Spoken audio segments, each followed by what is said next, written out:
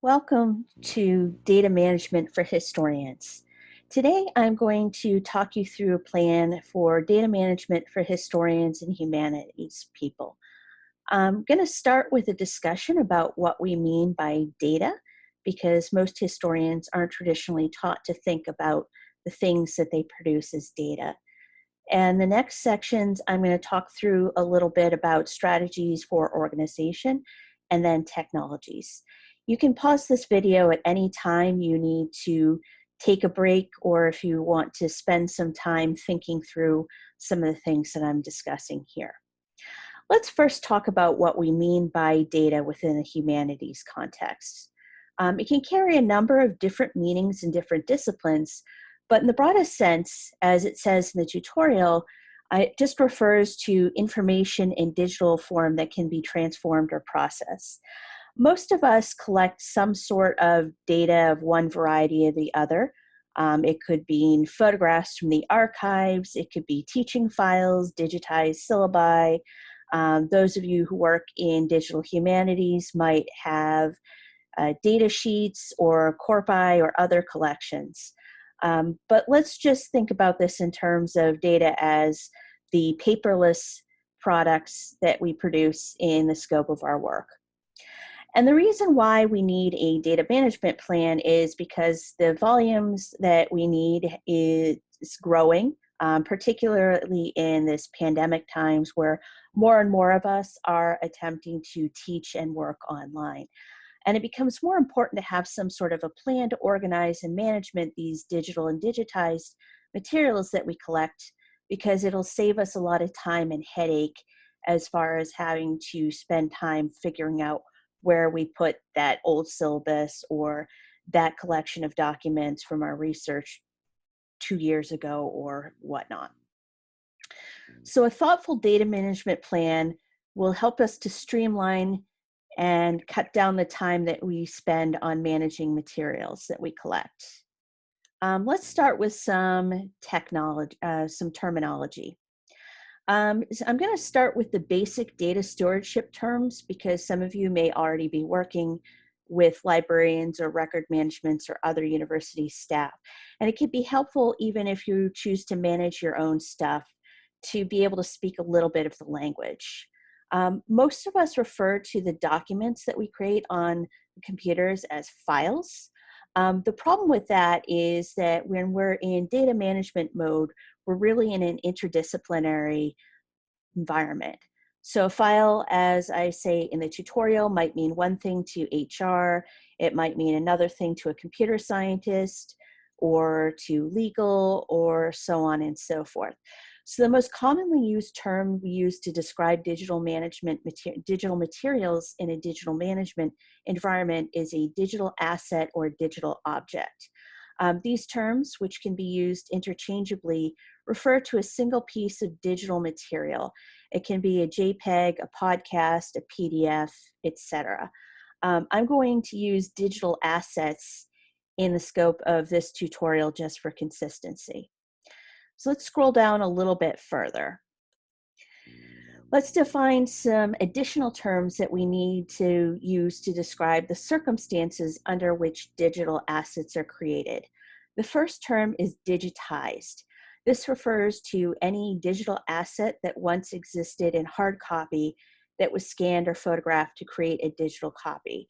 So that can be your files from the archives, if you took pictures or scans, if you are scanning a copy of an article or a copy of a chapter for your own research files, that would be an example of a digitized digital asset.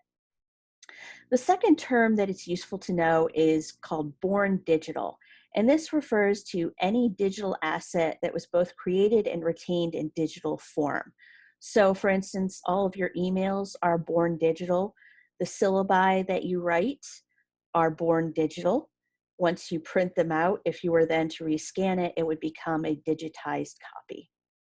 So collectively, all of these different digital assets are types of data.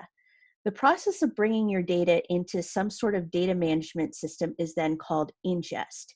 We're going to introduce some additional terminology later on in this guide to data management, But for now, let's move on to thinking about the types of digital assets that you might collect. And the reason why this is important is that as you think through what you collect and why, it's easy to be a little bit more deliberative in your system for retaining your records and retaining your digital assets and organizing them. So most digital assets are going to revolve around the triumvirate of research, teaching, and service. The chart below will provide some examples of the types of materials a historian might collect or need to be able to retain over a period of time. If you're a public historian, you may want to consider adding a column to think through um, community engagement and or professional development in lieu of one or more of the categories I'm going to talk about below. Some of these may be born digital, others might be things that you need to digitize. What I recommend is that when you're thinking about your digitization strategy, whether you're with a museum, a library, or if you're primarily employed as faculty, you want to think through how your institution defines these terms for the purpose of annual reviews, promotion, and or tenure. Um, as I note in the guide, this list is not exhaustive. It also strongly recommended here too that faculty of color, uh, LGBTQ, women, neurodiverse, first gen, and other underrepresented faculty groups, and any diversity related, make sure that they record any diversity related mentorships or other works that they did in the process of this data management plan. So let's look at this chart to get a sense within a teaching environment what some of the triumvirate might look like. I have examples here under research, under teaching, and under service. First, when we think about research, there's going to be some of the obvious things like book proposals, book contracts, current drafts of manuscripts in progress, current drafts of articles in progress, copies of archival research, geospatial data, quantitative data, copies of published articles, any of those things that would go into your dossier if you're a tenure track faculty member or if you're applying under your research. The second category, which we want to also think about, especially now when we're putting more and more time into the development of digital pedagogy, you want to think about teaching. The syllabi are one of the more traditional things that we've talked about. Articles and chapters that you've scanned for teaching. So if there are articles that you routinely assign in classes, of course, it makes sense to hold on to a copy of that so you don't have to keep scanning or requesting it. Teaching evaluations, peer evaluations. If you get thank you notes from students, especially if you're at a teaching centered place, you'll want to make sure you scan copies of those and hold on to them. Links to online documentaries that you used in class, if you can get a permalink, assignment guidelines, and so on and so forth. The idea is that as you develop your teaching materials over your career, certainly these materials are going to be revised over time, but you don't want to have to start back and redo them from the beginning. So you want to be able to save a copy of your most recent teaching materials so you don't have to lose them and start from the beginning. The other category we want to be thinking about in a university setting is service. This could include certificates or letters of participation in professional development opportunities, emails or letters that document public engagement, books or public talk flyers, notes from committee work, list of thesis and dissertations you supervised. If you have documentation of any student or university events you attended, it's good to hold on to those. Blogging for academic blogs. This is again one of those things where you want to think about where in terms of your own institution's definitions, these different pieces of your digital life will fall. So next, you want to think about what you collect and why, and we have this piece coming up.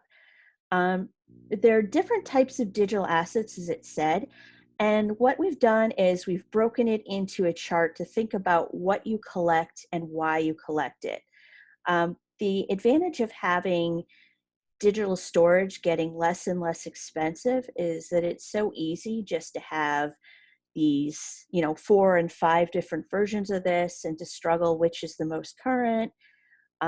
It's a wonderful boon in terms of storing data, but when you have unlimited data, it can backfire on you, and you have your proverbial kitchen junk drawer where you know that the stuff is sort of there, but you can't recall what all is there.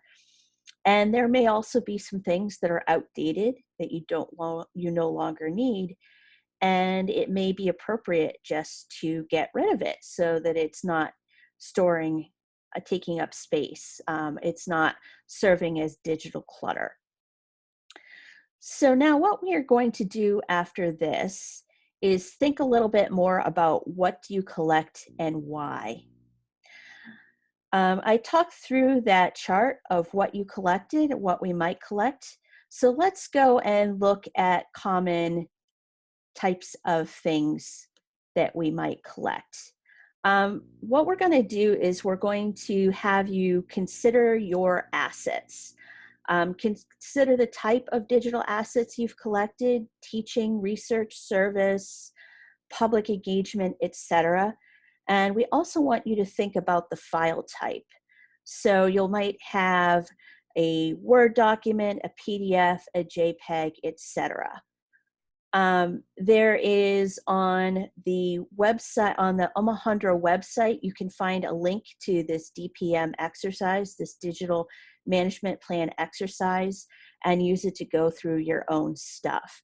I recommend that you not only take a look at your own laptops and tablets, but if you have flash drives with things, you don't want to forget about your phones. If you have old jump drives or flash drives that you can still get access to, or CD-ROMs that you can still read, it certainly makes sense to take some time to look at that. One of the beauties of this exercise is that when you have your stuff in, 2 or 3 different devices that are not necessarily linked to a central cloud, you can use this as an opportunity to sort of centralize what it is that you collect. So the first part of this exercise is going to be considering your assets and what you have for why. There are a couple of rows in this document if we scroll down, and you'll notice that I have digital asset name, category, file or asset type, and location.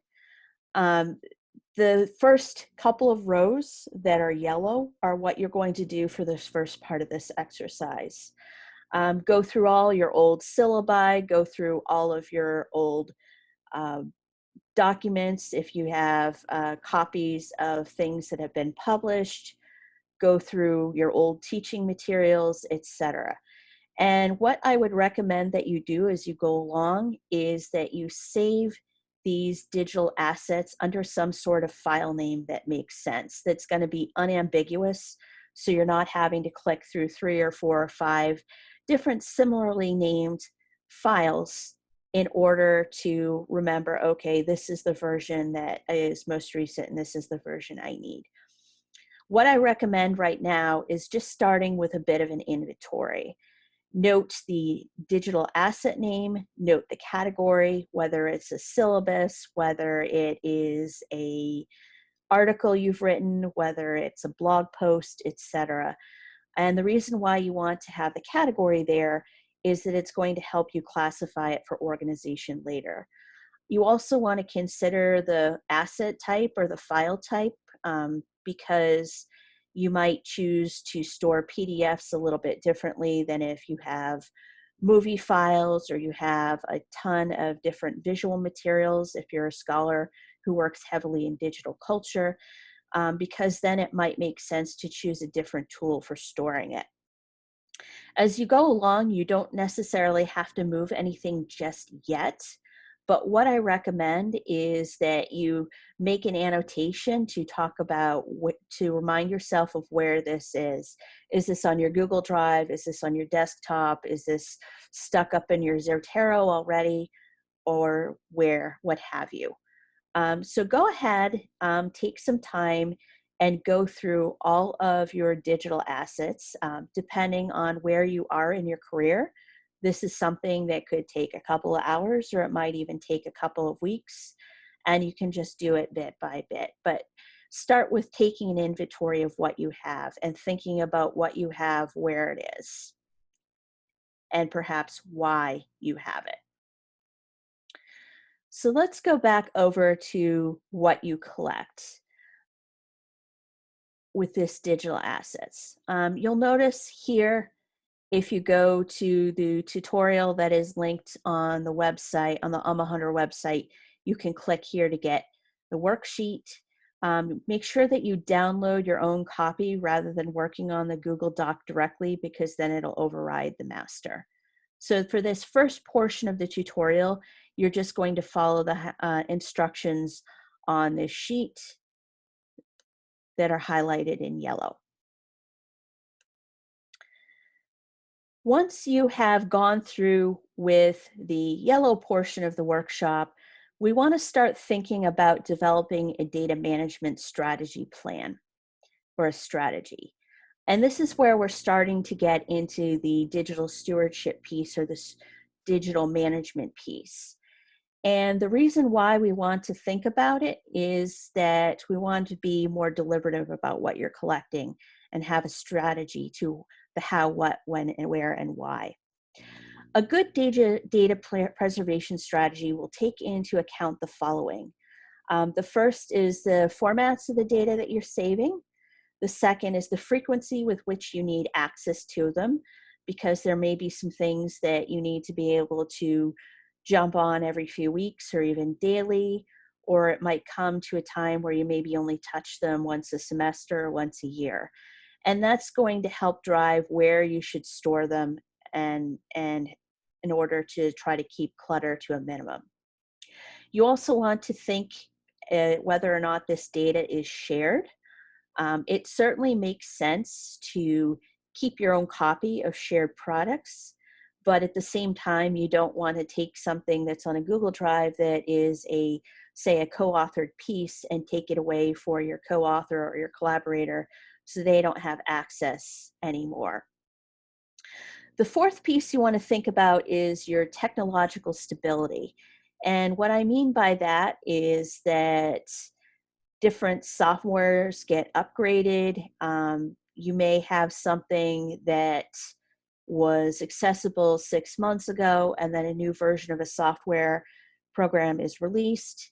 You may say have a laptop, and maybe you are working in one Word document, you're working in Word, but all of a sudden your computer bricks, and then you have a completely new computer and you decide to switch platforms to Scrivener or something else. So you want to make sure that you have some sort of a strategy around stability and around multiple different entry points for your file. You also want to think about the relevant institutional policies and that of major relevant funding bodies. So particularly if you do a lot of work with NEHA, IMLS, or one of those, you're going to want to read over their requirements for data management and make very certain that whatever data you have saved that's connected to these applications or these funded projects, you want to make sure you're in compliance, because non-compliance can really cause major problems with these organizations. You're going to want to think about compliance with state and federal law, particularly around things like HIPAA and FERPA, and make sure that if you move your stuff to a non-university platform like Zotero, you're not taking sensitive files that contains personal information on students with you there. Those sort of things you want to leave to your university to preserve. The next thing you want to be thoughtful is about intellectual property, copyright, and fair use. So of course, if you have a copy of the whole book that maybe you shouldn't have, uh, don't store it on your Zotero account because you can get into trouble. The other thing you want to be mindful of when you're creating a data preservation strategy is that I encourage you to take the things that you generate and put it on Zotero or a platform that is separate from your university, so that if you're ever separated from your university for one reason or other, you get to make sure that your stuff travels with you. So let's go into assessing the format. So the formats of the data that you are saving is critical for making decisions about how you store your data. Some technology like Zotero has the capacity to store data in a number of formats: PDFs, CSV, which is called a comma separated value file, which can be generated Excel and then saved in a CSV. This is something that's going to be most germane to digital humanists or folks who are working with spreadsheets, image files, etc. Zotero can support a wide range of different data, but even so, there may be a case where Zotero isn't the best fit for part of your data needs. So as I mentioned before, if you're a scholar who works with a lot of visual sources, you may prefer something like Tropi. And then if you're looking for digital storage tools, you want to be clear on what types of data you need to share and be thoughtful about your approaches. So this brings us to the second data management exercise. So we're going to go back to the worksheet that you began in the first installment of the guide and look at the instructions that are highlighted in green. What we're doing here is we're going through the list of the digital assets from the worksheet from the yellow portion of the exercise that you completed before, and you want to note the format. And then when you're finished, go through and determine what percentage of your digital assets are which format. So you may find that no single platform can satisfactorily manage all of your digital assets. But the idea here is that you want to make sure that you have a good sense of your needs, and also to make sure that you have double checked that nothing that you plan on saving on your own violates any sort of campus policies or federal or state privacy laws. So let's go back and look at green. There are three portions to this green data management plan. Notice under access, what I mean here by access is for you to be thoughtful about when and how frequently you access the document. This could be something that you have to access annually. This could be something that you are actively working on and maybe working on daily or multiple times a week. And this also may be something like a article that you wrote or a chapter that you wrote that you probably don't need regular access to, but you want to save for the purposes of preserving your dossier. So something like that you might put annually. In this case, I have recorded a syllabus and annually because I'm acting as though this is a course that I would teach every fall or every spring. So I have it recorded. Access is annually. Archive. This is something that will help you think through about whether this is something you need to have up front, or if you can sort of stick it further down in your data management plan in order to have a copy of it, but not have it cluttering up your more active files. And the third piece of data that you want to collect as far as your inventory is to make sure that nothing is shared data, so you're not removing any file that's shared data that could potentially mess up the collaborators' work. So if it's a co-authored syllabus, a co-authored article, et cetera, and so forth, you want to make a note of that so that you can preserve a copy for yourself, but make sure that you don't remove it from that shared hub and cut off the other person's access inadvertently. So you want to go through and take some time for each of the digital assets that you identified in the first portion of this exercise, and go ahead and do the inventory for the next portion of this exercise. As with the first part of the the data management plan, you can pause this video and come back to it later.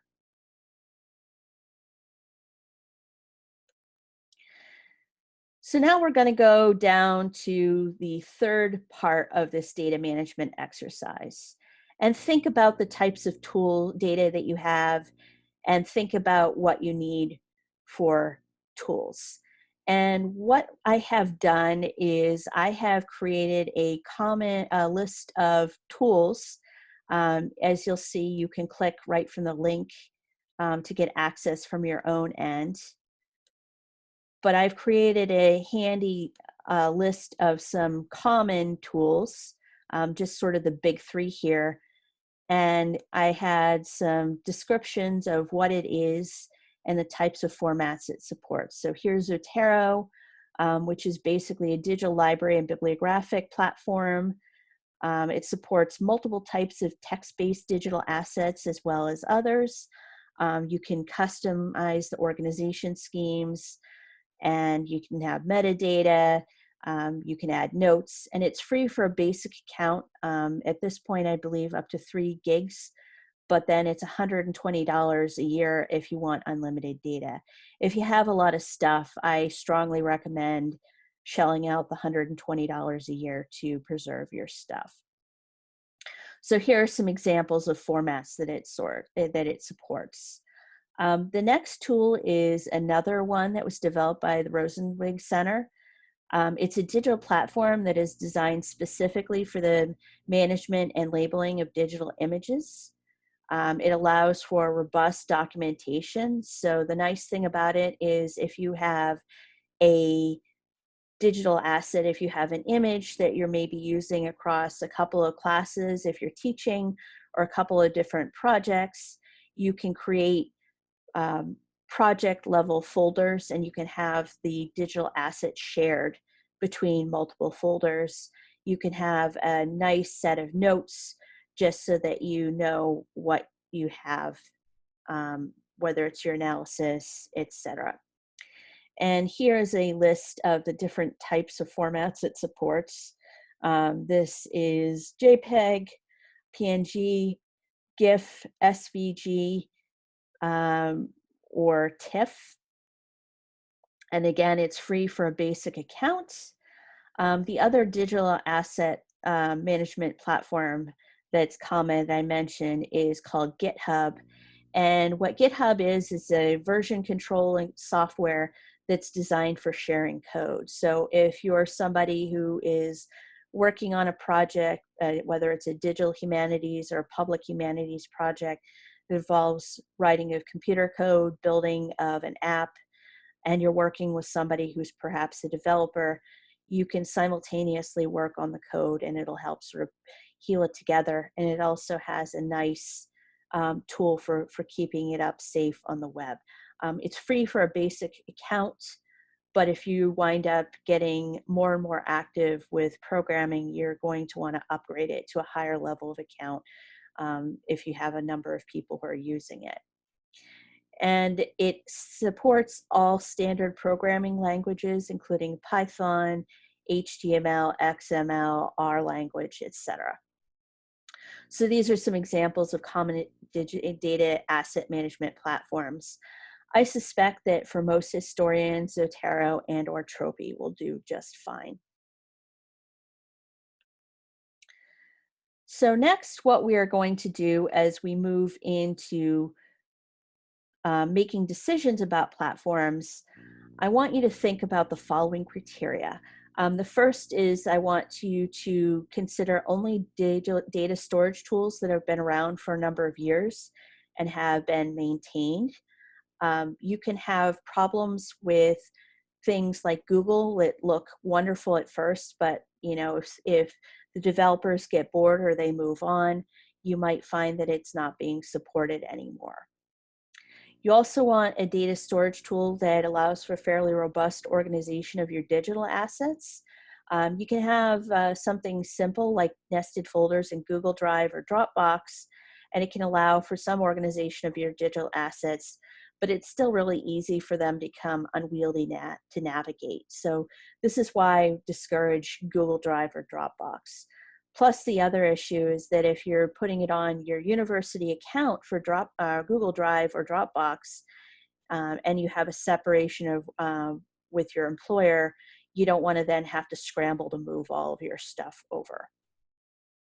The next thing is you want to make sure that the data storage tool will provide you with enough space, not just for what you need now, but also have plenty of space, including whether it's through your current account or an upgrade, to support your future needs. You want something that is fairly straightforward to use. So you might find yourself only needing to be periodically uploading something. You might need to periodically clear out something you don't need anymore. So choose tools that are sufficiently intuitive that you don't have to waste a lot of time having to relearn how to use them each time, especially if you're somebody who's maybe updating their records once a year or once a semester. In most cases, you want to aim for storage so that the server farms are in your home country so that you're not subject to another country's technology laws. So if you work with sensitive data, for instance, or ethnographic data, you want to make sure too that you seek some legal advice on storing and protecting your data. And your institutional attorney can be a great place to start. Or if you're uncomfortable, it may be worth hiring your own attorney who has a background in cyber law just to get a little bit of advice there. Think also about data privacy and intellectual property.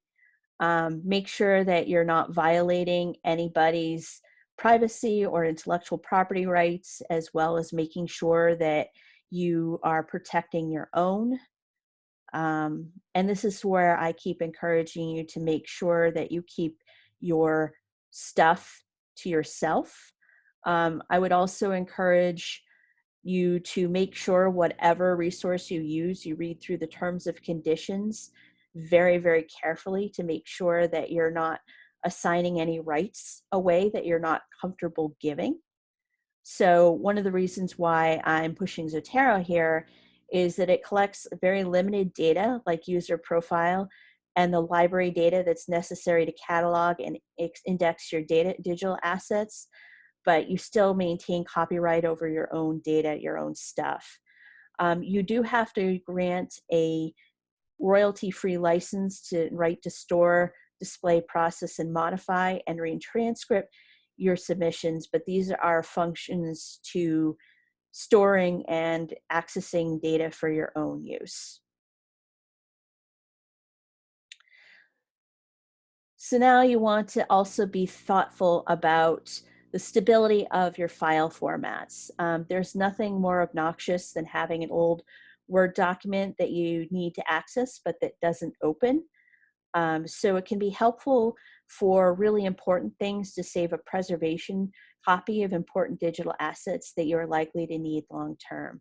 So if your institution requires you to submit copies of your conference papers as part of your T&P review, but your next review is not for another 3 or so years, I recommend saving it as a copy as a PDF. The idea is that you have a copy of the conference paper that is separate from any documents that you continue to edit towards preservation or publication. The other thing is that PDFs will almost inevitably always be readable by future versions of Adobe Reader. So you should always be able to get access to it. If you work with images, the TIFF is considered the preservation standard because it has a higher level of data. There's a compatibility between earlier versions and newer versions, and this is the current recommendation of the Library of Congress. You can go on the Library of Congress's Preservation Services recommendation to get your own, to get the most current information. And finally, as you're attempting to preserve access to a web-based asset, you should make sure that you have a permalink, such as JSTOR, which will give you the permalink. Also the DOI, or the Digital Object Identifier, because links can move and change. And once that happens, your access will no longer be good. So make sure that when you link any web-based stuff that you're using a more permanent or stable image. It might not be worth your time to convert everything to the digital assets, so to a standard asset. So when you're deciding what to focus this part of your data, you want to think about how long you'll need to access this particular data asset. Is this something you're currently working on, or is it something you're saving purely as documentation of your teaching or scholarly output? Is this shared data as part of a joint publication or project? If you decide to not to preserve it, will it negatively impact somebody else if it's not saved or can no longer be opened? When you're collaborating, you always want to be considerate. Next is the digital asset part of the grant-funded project. If so, you want to make sure with your funding agency how long you're required by the funding agency to produce a copy and in what format as a condition of having accepted the funding. Most digital assets that you will be marked as archive as part of the exercise 3 of the data management plan that you will complete will be likely to be candidates for making a preservation level copy. So we're going to go back to that document. Notice here that we have this access, and this is sort of what is guiding you to make the decisions about what you have to be careful about saving. The next step here is to think about preparing your assets for storage. And there are really 4 final steps that you should make before beginning to move your digital assets to storage. So the first one we've talked about before, make sure that everything you're doing is FERPA compliant. Don't include student work that has any identifying information. Make sure that anything that has student data or similar confidential information is in your institutional archives. Don't store confidential information or anything that your institution considers proprietary on a non-institutional cloud server, because it could get you in trouble. Make sure as you go back that you declutter your digital collections of anything that you no longer need, because unnecessary digital clutter makes your digital collection harder to maintain. So if you have very old copies of syllabi of courses that you no longer teach, or that you're 5 years out and the literature has changed a lot, it might make sense to let go of those at these times. Also encourage you to go back and think about some keywords. And this is the blue portion here. You'll notice here, exercise keywords and sustainability. This is designed to help you think about your folder and file naming habits, and to train yourself particularly to be consistent with naming conventions and tagging to make your assets easier to find. So you'll notice here on my syllabus here, I've chosen the tags teaching because it's the type of asset, syllabus for the same reasons, and world history because this is a world history course. Just choose 2 or 3 keywords that will help you to think about where this might go.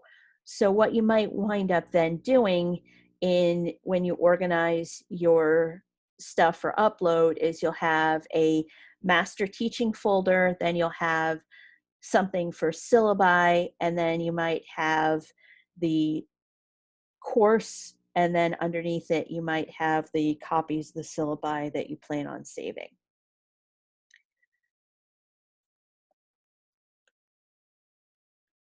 So once you have gone through and done all of that, you want to use your keywords that you came up with to rename the digital assets that you plan to transfer to your storage, just so you can easily understand what the digital asset contains without having to open it.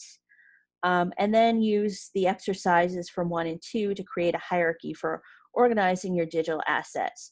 So for example, if you're a faculty member, you have these 3 broad folders named research, teaching, and service. Under teaching, you might have categories such as course titles, syllabi, course documents, and readings. This is time consuming, but having a clear schema for organizing your digital assets will be worth it in the long run as far as making your stuff straightforward to manage and for consistency. So now I'm just going to talk a little bit about how to create your data management structures in Zotero and Tropi. I chose these two platforms because they're open access, and between the two of them, they can handle the majority of digital assets formats that most historians are likely to use. So in the final installment of our data guide, you'll begin to organize and move our digital assets. And there are really three components to this final installation. The first is to gather the digital assets that you will be moving into an organized structure so that it'll be easy to move. The second will be the overview of setting up a repo in Zotero that will support the most text-based digital asset. And the third will be a quick discussion of using Tropi to support these images. And just a quick note on PDFs versus JPEGs. If you have strings of JPEGs or TIFFs of documents from the archives and prefer PDFs, you can actually fairly easily convert them using the scan to PDF function in Adobe Acrobat. If your institute does not provide access or you're independent scholar, you can do this on a short-term free trial or even get a short-term monthly subscription. Moving forward, you can use something like Scan Genius, which is what I use. It's a free to inexpensive app that turns your phone or tablet into a handheld scanner, and you'll compile multiple images into a PDF so that you can have a collection, box, and folder level compilations, and then you can tag your PDFs. Genius Scan is by the Grizzly Labs, and this is here. There's a free version, and then there's a Genius Scan Pro, which is what allows you to airdrop or email PDFs to yourself as you go along and move them off of your phone or tablet so that they're not taking up space.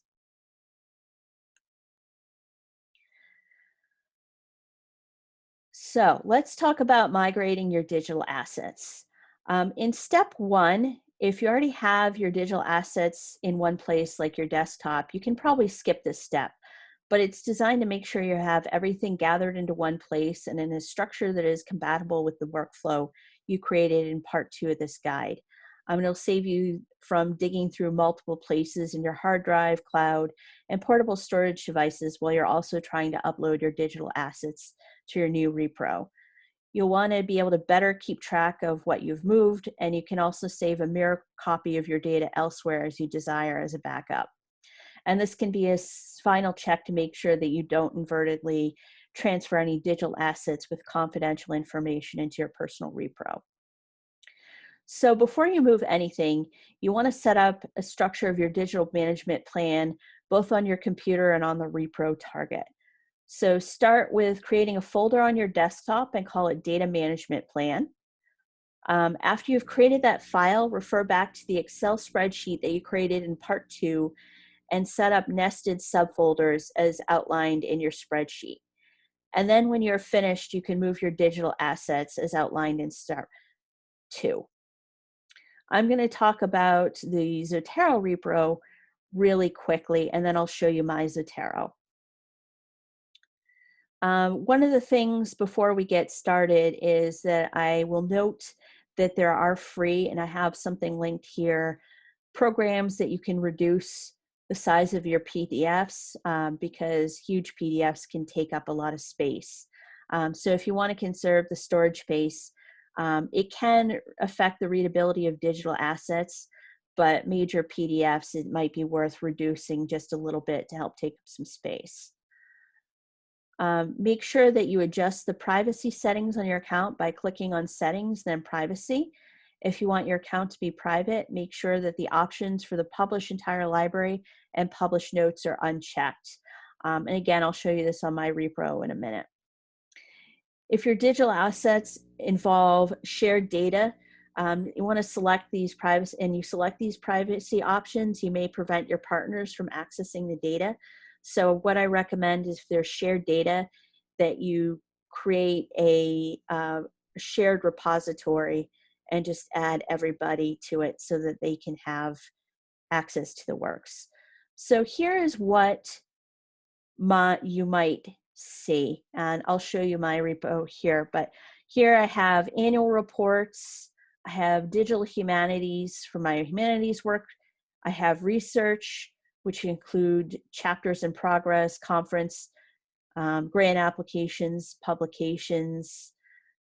So what you want to do is you want to click My Library tab at the top of your screen and begin adding folders that mirror.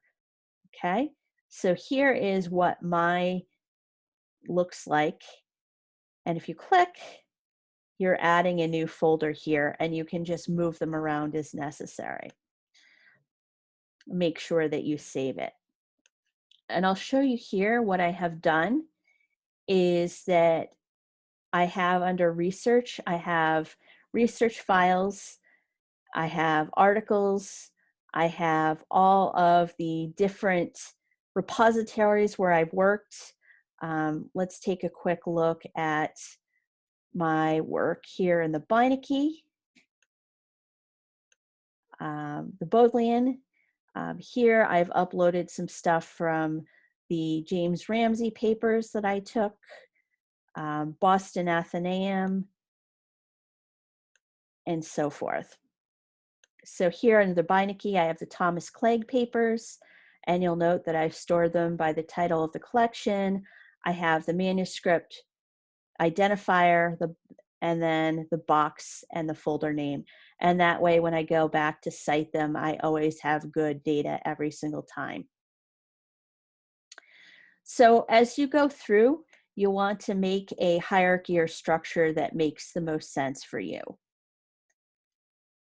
So again, you just want to click to add. This is an item, which would be if I wanted to add a new Thomas Clegg papers, I'd add right here. And over at the top of Zotero, where I showed you before, is where you would add an additional folder to your library. And there are some more detailed tutorials on how to use Zotero as well.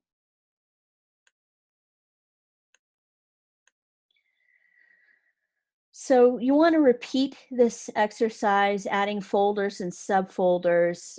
Research would be the parent collection, and then under it you would have your additional folders, whether it's a collection level or articles and so on and so forth. So here's what you do if you find yourself needing to create a new group for shared.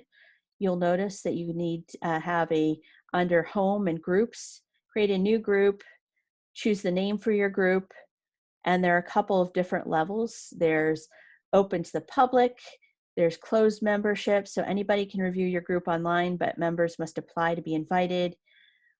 Private membership, only members can review your group online and must be invited to join. That's going to maximize your security. And this will go into a little bit more detail on how to set up a group for Shared Hub. Now let's talk a little bit about setting up Tropi. Tropi is a little bit different than Zotero. As Zotero, you can download it on your computer or you can use the web. Tropi, you need to actually install onto your computer. Once you have downloaded and installed Tropi, you want to create a new project. The default setting for labeling your digital assets in Tropi is called generic template, and it uses Dublin core style metadata. You can set your template under preferences. Let's see, open this a little bit more. So here I have categorized a sticker from Women Also Know History. You see a little bit better. And what you will see in this field is a blank space where you add your image, and then you will write in your notes, and over here is where you will add your metadata. So to import your photos or images, you can drop or drag, or you can move them in mass. To import your image assets in groups, you go to File, Import Photos, then select the folders and assets you wish to import into your Tropi repository. And if your digital assets have already been organized and labeled on your laptop, your organizational schema and your digital assets will transfer with your files. And that way you don't have to do a whole lot other than going back in to add your notes or adding additional metadata. You can click on your data assets individually to rename them if you need to, and to add other metadata such as creator, type of image, which archive it came from, etc. I have links in here to a couple of different types of controlled vocabulary, such as the Arts and Architecture thesis. The Getty has one, the Library of Congress has one. The advantage of this is that using consistent tagging makes your digital assets more easily findable in your research, that you don't have to worry about it. And then below each digital asset, you have the opportunity to add notes, whether they're research observations, sources to consult, or another analysis. And you can even have separate research and teaching projects if you like, if you prefer to keep those separate, or you can create new projects with subsequent materials. Just make sure that you customize your image according to your own needs and workflows, and be mindful that digital assets can spawn multiple projects. And if you group your assets by project, you will likely have duplicate assets in 2 different spaces. That's helpful to have it in 2 spaces, even though it's a little counterintuitive, just because it will prevent you from dealing with the annoyance of having to click back and forth between projects depending on what you're working on. So thank you for your attention, and we hope that you found this useful.